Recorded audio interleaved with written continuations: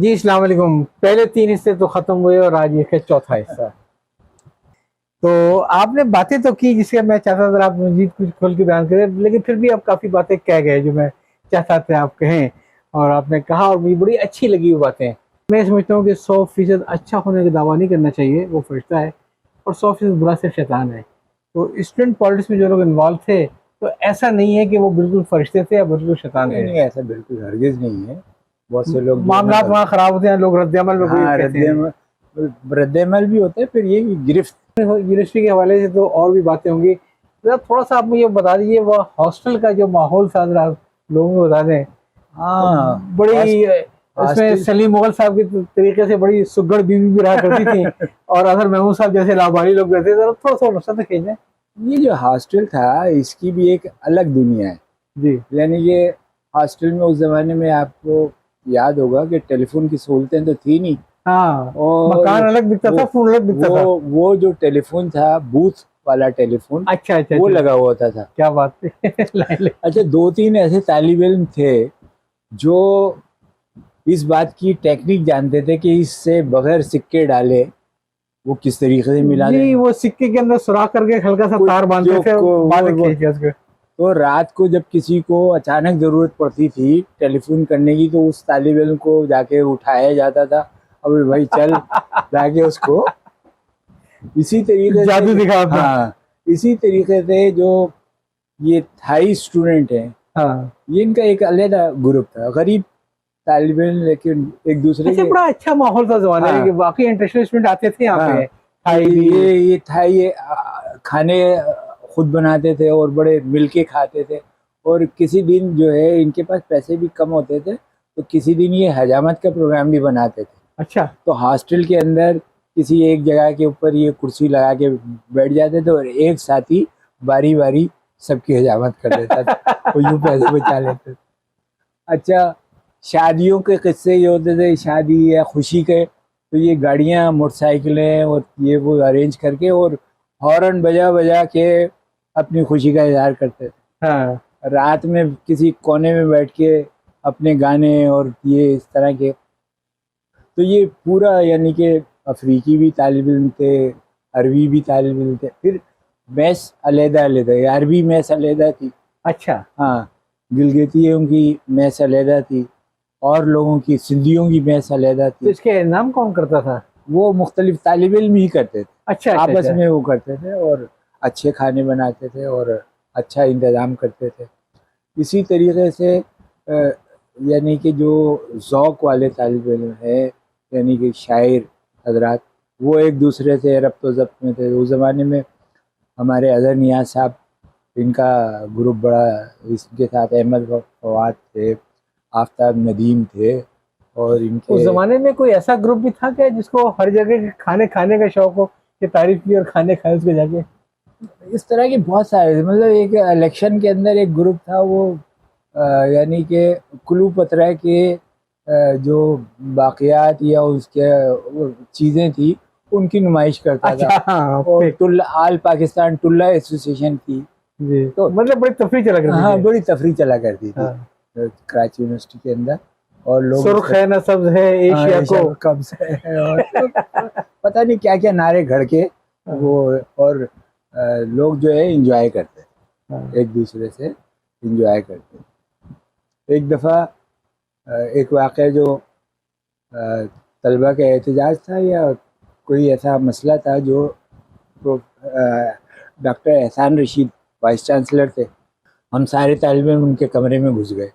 اچھا میں ان تمام لوگوں سے پیچھے تھا اور پیچھے سے میں نے کوئی آواز نکالی، ایسی آواز نکالی کہ احسان رشید صاحب نے کہا ذرا ہٹ جائیے، کون صاحب ہیں سامنے؟ اور میں بالکل ان کے سامنے، اور انہوں نے جی صاحبزادے.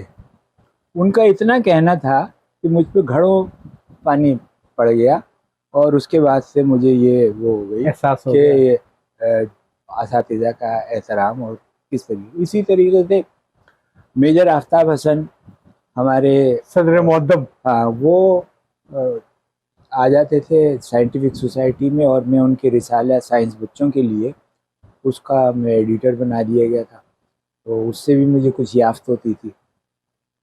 میجر صاحب کے پاس بڑے بڑے لوگ ملنے آتے تھے، بڑے بڑے پروفیسر، بڑے بڑے لوگ، اور وہاں گفتگو تھی. اور ہم اردو میں اب بھی غلط بولتا ہوں بہت ساری چیزیں، جہاں میں نے غلط بولا ان میرے ساتھ چھڑی اٹھاتے تھے، ہاتھ لاؤ ہاتھ لاؤ، ان کی چھڑی بڑی مشہور ہے. ہاں ہاں، یہ تم نے یہ کیا لفظ بولا، اس کو اس طرح نہیں اس طرح بولتے.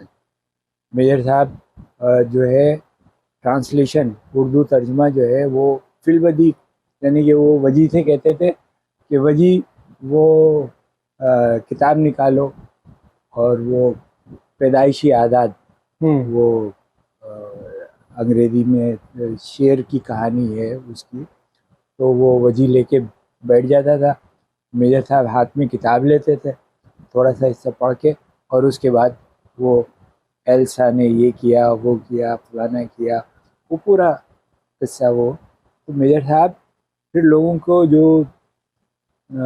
جو لوگ تھے ان سے کام لیتے تھے کہ بھئی تمہیں فلاں مقالہ لکھنا ہے، فلاں مقالہ. ان کی سائنس کانفرنس بڑی مشہور تھی، اس کے لیے پورے سال تیاری ہوتی تھی، اور پھر وہاں جاتے تھے. وہاں بھی ایسے اجتماع، تو ہمیں ان میں شریک ہونے کا، سیکھنے کا، ان اساتذہ کو دیکھنے کا موقع ملا، اور یہ ایک ہمارے لیے بہت بڑا انسٹیٹیوشن. ویسے کچھ لوگوں کا یہ بھی کہنا ہے کہ کراچی یونیورسٹی میں تھنڈر اسکواڈ کی جو ابتدا کی تھی وہ میجر آفتاب صاحب مرحوم نے کی تھی. میجر صاحب جو الزام ہے ٹھیک ہے. میجر صاحب پروٹوکول کے جو تھے وہ انچارج ڈائریکٹر تھے.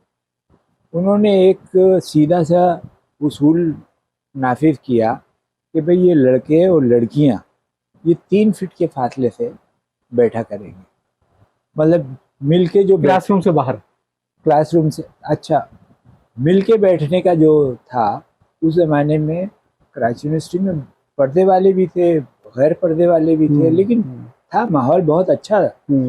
تو یہ جو لبرل اور ترقی پسند ان کا تو میل ملاپ بہت ہی قریب کا تھا، تو وہ اس کو مانتے نہیں تھے. اور یہ جو تھنڈر اسکواڈ کا، اس میں یہ احمد خان، کیسر خان اور یہ 4-5 افراد تھے. لئیم شہیم تھے، باڈی کے حوالے سے ذرا عام طالب علموں کے نسبتاً زیادہ وہ تھے طاقتور. تو یہ گروپ جو ہے یہ گھومتا رہتا تھا، کہیں سے نکلے تو لڑکے خود بخود ہی لڑکے لڑکیاں دور بیٹھ جاتے تھے، مارا مورا نہیں، اور کوئی کسی کو کچھ نہیں. صرف یہ کہ صرف آنے جانے سے ہی لوگ جو ہے نا اتنے خوفزدہ ہوتے تھے. ہاں لیکن کیسر خان کا کہنا یہ کہ ایک آدھ دفعہ یہ ہوا کہ ہم نے لابی میں کچھ بھی نہیں کیا، لیکن جو یونیورسٹی کی ٹائمنگ کے بعد جو جھاڑیوں میں جوڑے بیٹھے ہوتے تھے ان کو ہم نے ضرور پکڑا. ہاں ان کو پکڑا.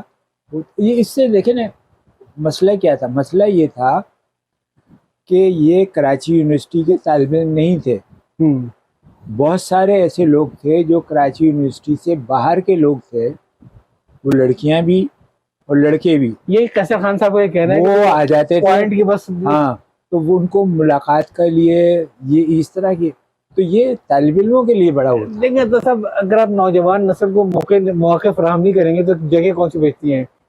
کراچی ایئرپورٹ، قائد مقبرہ، کراچی یونیورسٹی. اب تو وہ سارے زمانے ختم ہو گئے نا، اب تو ساری چیزیں جو ہیں آپ کے موبائل نے اور انٹرنیٹ نے سب کچھ ختم کر دیا. ورنہ جوڑے تو پکڑے آتے تھے قائد بازار کے اوپر. یہ چیزیں تھی اس زمانے میں، اسی لیے کہا جاتا ہے کہ یہ 3 فٹ کا فاصلہ ہے میجر آفتاب. باقاعدہ اس کے اوپر ایک بڑی نظم لکھی گئی، اور یہ تو تلاش کر کے دیجیے، کہیں سے مجھے ملے گی تو میں آپ کو دوں گا.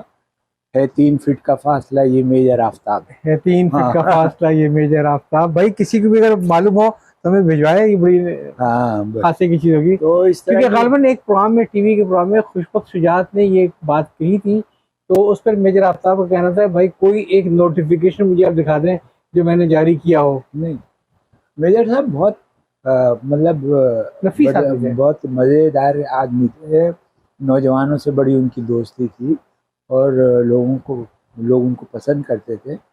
لیکن چونکہ میجر صاحب کا تعلق رائٹ گروپ سے تھا تو پورا لیفٹ جو تھا میجر صاحب کے خلاف.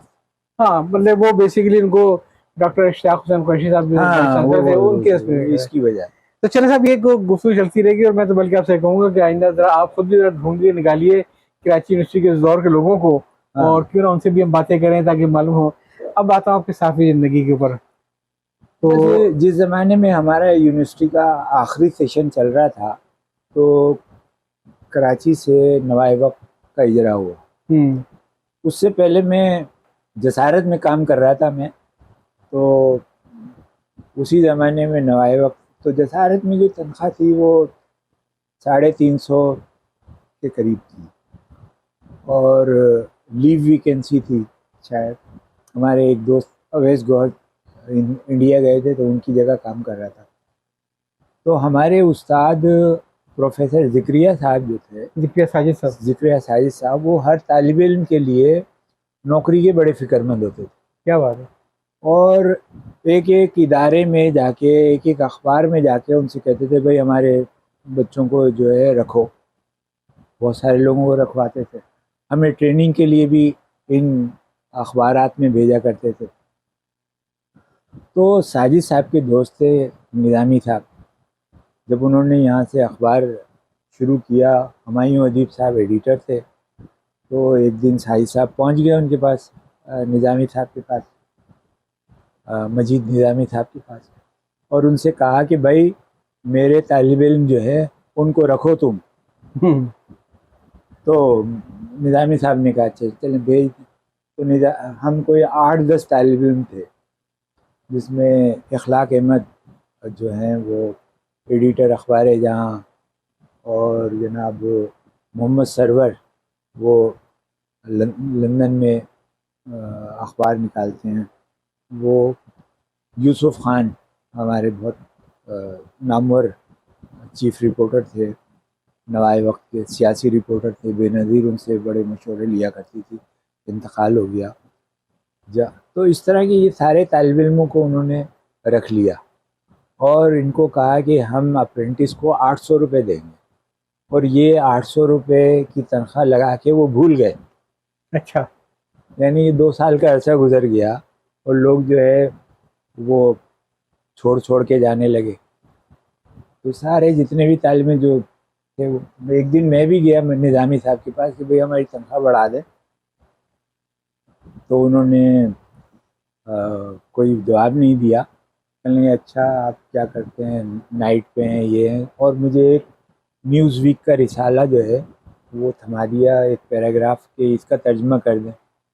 تو مجھے اس وقت بڑا غصہ آیا کہ میں 2 سال سے ان کی نائٹ ڈیسک کے اوپر کام کر رہا ہوں، اور یہ اب مجھ سے یہ ترجمہ کروا کے امتحان لے رہے ہیں. تو میں نے بہرحال وہ جیسے تیسے ترجمہ تو کر کے دے دیا، لیکن نیچے آ کے میں نے اعلان کر دیا کہ میں اب کل سے دفتر نہیں آؤں گا، اور واقعتاً نہیں گیا. تو اس زمانے میں نے کئی انٹرویو دیے ہوئے تھے. تو ایک ساتھ مجھے نا 3-4 جگہ سے آفر آ گئی. ایک وقت تھا کہ میرے پاس 3 اپائنٹمنٹ لیٹر جو تھے وہ موجود تھے.